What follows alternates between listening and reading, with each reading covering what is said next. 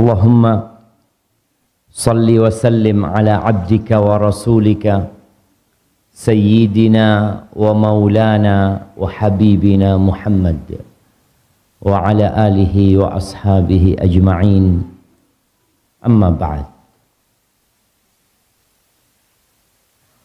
Ahibbati fillah, sebagian kita mungkin saat ini sedang bersedih atau pernah bersedih atau akan bersedih. Ingatlah, nikmat Allah itu banyak. Dan orang yang mendapatkan bala itu bukan cuma kita. Orang lain pun juga mendapatkan ujian dari Allah Azza wa Jalla. Di sini tempat ujian. Bagaimana sikap kita menghadapi ujian? Kalau ujiannya itu adalah kenikmatan, maka syukur. Kalau ujiannya itu adalah sesuatu yang tidak kita inginkan, maka bersabar. Tapi sebagian kita hidup dalam kesedihan. Emangnya nggak boleh sedih, Ustadz? Nabi kan pernah sedih. Iya.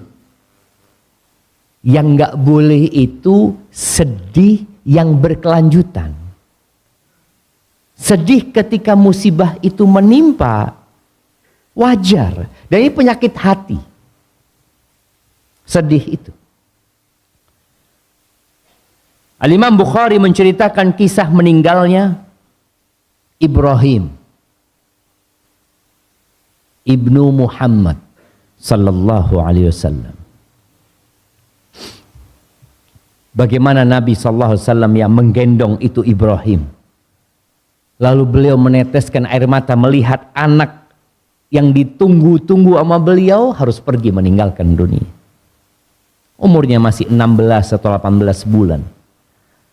Ketika Nabi menangis alaihi salatu wassalam, Abdurrahman bin Auf mengatakan, "Wa anta ya Rasulullah." Engkau juga menangis ya Rasulullah.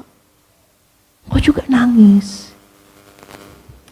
Faqala sallallahu alaihi wasallam, "Ya ibna Auf, innaha rahmah." Wahai putranya Auf, ini rahmat. Tetesan air mata dan kesedihan itu rahmat. Kemudian Nabi alaihi salatu wasallam mengatakan, "Innal aina la tadma'." Sesungguhnya mata meneteskan air. Subhanallah ya, dari rahmat Allah, Allah kasih manusia itu air mata. Ini rahmat Allah, jemaah.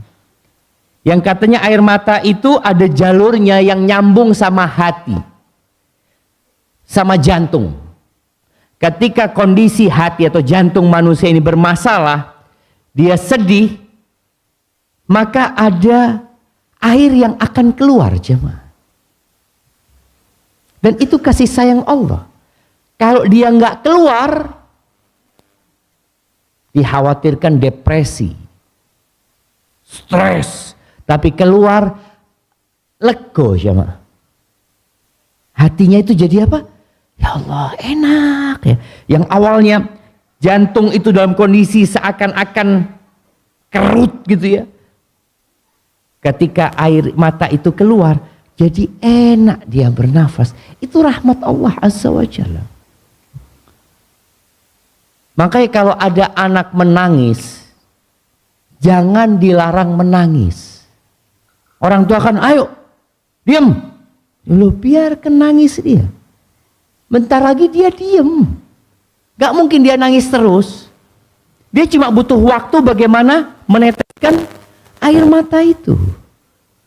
Nanti kering air matanya. Ketika kering air matanya biasanya semakin sedih.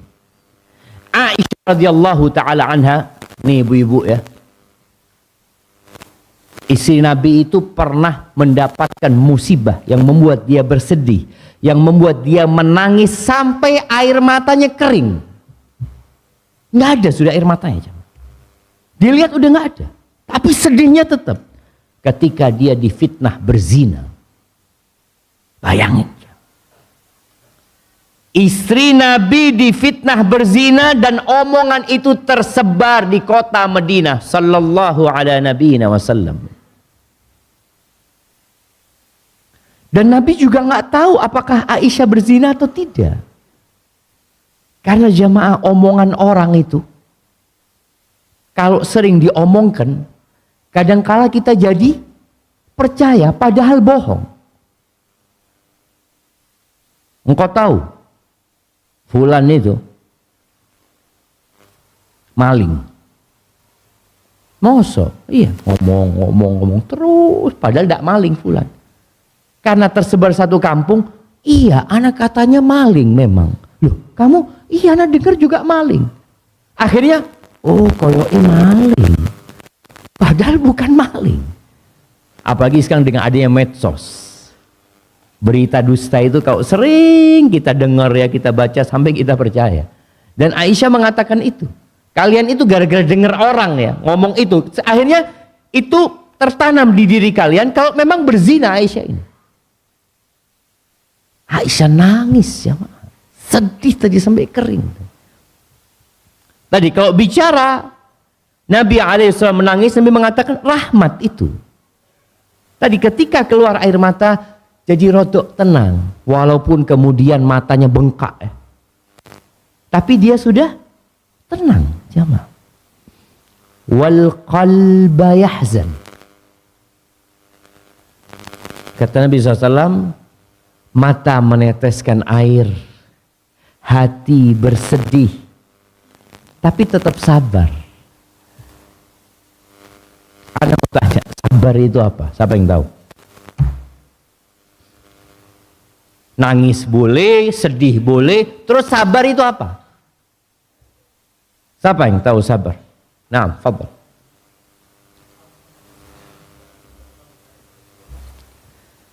Menerima dan mencoba mencari jalan keluar. Kalau menerima itu sudah ridho, sudah di atasnya sabar, wis ridho.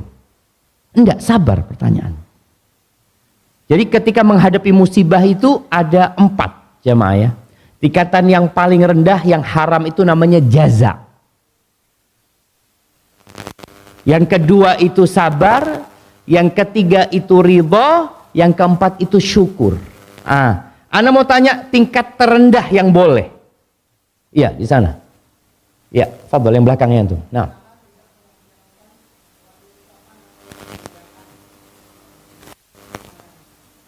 Tangan tidak melakukan. Oke, siap. Nggak apa, kasih hadiah. Iya, jadi sabar itu menahan diri untuk tidak melakukan tindakan baik dengan lisan atau dengan raga kita yang tidak diperbolehkan dalam agama, yang juga akan menolak orang melakukan itu. Itu sabar. Yang lebih tinggi lagi ridho. Sabar ini nahan jamaah, nahan diri. Makanya Nabi SAW ketika air matanya menetes, hatinya bersedih, beliau mengatakan wala naqulu illa ma yurdi rabbana. Kita tidak boleh mengatakan kecuali ucapan yang diridhoi Tuhan kita. Itu. Jadi sabar itu nahan diri. Ketika beliau menjelaskan tentang kesedihan ini, beliau mengatakan setan itu ingin orang itu sedih. Kenapa? Karena ketika seorang hamba itu sedih yang berkelanjutan, tadi kalau sedihnya sebentar selesai, ada sedih yang berkelanjutan. Ketika dia bersedih kelanjutan itu, maka dia akan menjadi manusia yang tidak produktif. Selesai. Orang kalau sedih itu gimana? Ayo makan, enggak enak mangan. Duh, ayo silaturahim, enggak wis. Sudah kamu silaturahim. Ayo kajian, enggak. Anak sedang sedih. Kenapa? Anak-anak meninggal Ustaz. Kapan? Bulan lalu. Sudah sebulan. Lo ada loh. Orang yang itu yang sedih terus. Ngelihat baju anaknya ya, nangis dia. Boleh nangis, tapi nggak boleh sering-sering kayak gini. Udah selesai, engkau harus bangkit. Ibnu Qayyim memberikan percontohan tentang orang yang sedih itu. Orang yang sedih itu seperti orang yang ketinggalan rombongannya. Kalau orang itu umpamanya lagi dalam perjalanan bersama, dulu di padang pasir ya, di perjalanan panjang. Atau sekarang lah, kita contohkan sekarang. Antum ketinggalan pesawat. Sedih nggak? Sedih lah. Terus mau ngapain nanti? Anak ketinggalan pesawat Ustaz. Loh iya, terus? Itu sedih anak. Iya terus? Sedih anak Ustaz. Loh iya, terus mau ngapain gitu loh? Loh ayo, cari tiket lain gitu loh. Bukan kemudian nunggu, anak nunggu pesawatnya mundur Ustaz. Tidak bisa. Artinya kita harus menetapkan sikap kita. Ayo jalan sudah, cepetan antum. Kalau dulu umpamanya ketika kafilah itu naik onta, tahu-tahu nih orang ketinggalan, apa yang harus dia lakukan? Ya dia jalan, cepetan. Mungkin masih bisa ketemu sama rombongannya. Kalau tadi ketinggalan pesawat, dia cuma mau bersedih hati, tidak menetapkan sikap, selesai. Antum sampai bandara tutup masih di bandara. Kata pegawai bandara, Mas mau tutup bandaranya. Iya saya ketinggalan pesawat Pak, kata dia. Loh terus? Terus mau ngapain jemaah? Tadi orang yang bersedih, kalau sudah kesedihannya meliputin dia dan terus menerus, ya sudah, dia jadi orang yang gak produktif. Kalau seorang ibu ditinggal mati anaknya, kemudian sang ibu tenggelam dalam kesedihan, apakah dia akan melayani suaminya? Enggak. Ketika suaminya minta, ayo dek sarapan. Loh, aku sedang bersedih. Ya, oke, hari pertama masak sendiri suaminya. Hari kedua, dek, ayo sarapan. Loh, aku sedang bersedih mas. Kira-kira suaminya kemana aja mas? Mikir, ya Allah, aku cuma duwe siji kok ini ya Allah. Makanya tadi jangan tenggelam dalam kesedihan, harus menetap, sedih sudah, tapi kegiatan harus dijalankan. Di surat Al-Mujadilah ayat 10 Allah mengatakan innaman najwa minasyaitan liyahzunal ladzina amanu. Najwa itu bisik-bisik keburukan ya, untuk merusak hubungan antara umat Islam. Itu dari syaitan. Sedih, senang setan. Kenapa tadi? Ya orang kalau sudah bersedih nggak ngapa-ngapain dia aja. Ahibati fillah, Rasulullah sallallahu alaihi wasallam mengajarkan kepada kita banyak doa. Maka buat yang sedang bersedih, ini sikap yang perlu diambil. Berdoa, meminta kepada Allah solusi. Di hadis yang diriwayatkan oleh Imam Ahmad dari Abdullah bin Mas'ud radhiyallahu anhu, Rasulullah sallallahu alaihi wasallam mengatakan, "Ma qala 'abdun qatta idza asabahu hammun aw hazan." Tidaklah seorang hamba membaca doa ini ketika dia ditimpa oleh dua penyakit tadi, ham dan hazan. Kekhawatiran dengan masa depan dan kesedihan dengan masa lalu. Kalau orang baca doa ini, maka Allah akan hilangkan itu kesedihannya dan kekhawatirannya. Apa doanya? Allahumma inni abduka wabnu abdika wabnu amatik. Ya Allah, aku nih hambamu. Tadi anak ingatkan di awal, bumi ini milik Allah. Yang terjadi di tempat ini yang diinginkan Allah Azza wa Jalla. Kita hanya hamba. Maka katakan ini abduka, aku hambamu ya Allah. Bapakku juga hambamu ya Allah. Ibuku juga hambamu. Ini usaha untuk merendahkan diri dan menghilangkan kecongkakan dan keangkuhan. Pejabat itu pantas nggak berbangga diri? Pantas nggak?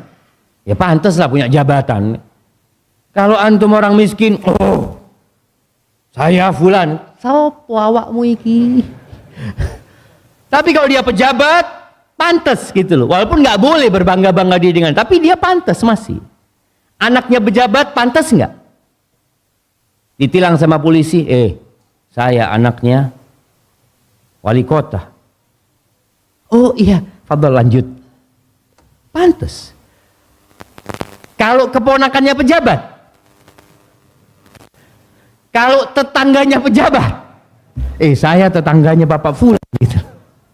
Ya kan ada orang menjadikan itu bahan sebagai kebanggaan dia. Di doa ini antum hilangkan semua kebanggaan itu.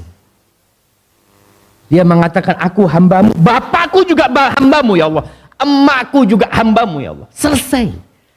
Jadi garis keturunanku semuanya budak ya Allah. Semuanya budak. Gak ada yang pejabat. Garis keturunanku semuanya budak. Sampai Nabi Adam semuanya Abdullah. Ini sebuah pernyataan yang benar-benar seorang menyerahkan dirinya kepada pencipta. Tauhid yang dia ungkapkan kepada Tuhan.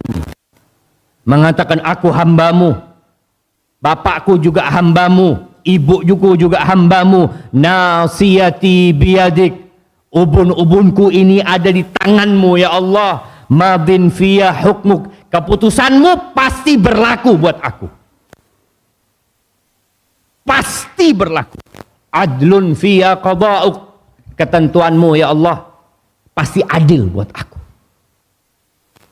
Nih, ada orang ketika dapat musibah merasa nggak pantas. Kenapa saya kok kena musibah? Padahal saya banyak sedekahnya. Antum menyatakan adlun fiyya qada'uk ya Allah. Ketentuanmu itu adil ya Allah. Yarhamukallah. As'aluka bikulli ismin huwa lak sammaita bihi nafsak au anzaltahu fi kitabik. Ya Allah, aku memohon kepadamu dengan nama-nama milikmu. Karena Allah nyuruh kita berdoa dengan asmaul husna. Allah mengatakan walillahil asmaul husna fad'uuhu biha. Berdoalah kalian dengan menggunakan asmaullahul husna itu.